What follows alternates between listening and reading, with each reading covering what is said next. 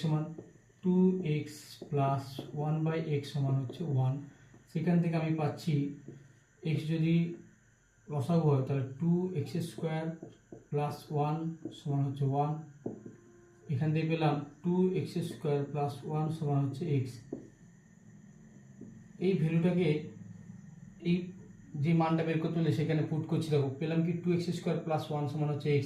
তাহলে দেখো এখানে কি ছিল x বাই 2x² প্লাস 1 ছিল, আমি 2x² প্লাস 1 লিখলাম আর এই প্লাস এক্সটাকে পাশে লিখলাম। তাহলে পাচ্ছি দেখো x বাই 2x² প্লাস 1 এর মানটা দেখো আমি পেয়েছি অনলি x। তাহলে x প্লাস x ছিল, তাহলে কি পেলাম x বাই 2x। তাহলে দেখো এখানে x আর x কেটে গেল, তাহলে 1/2।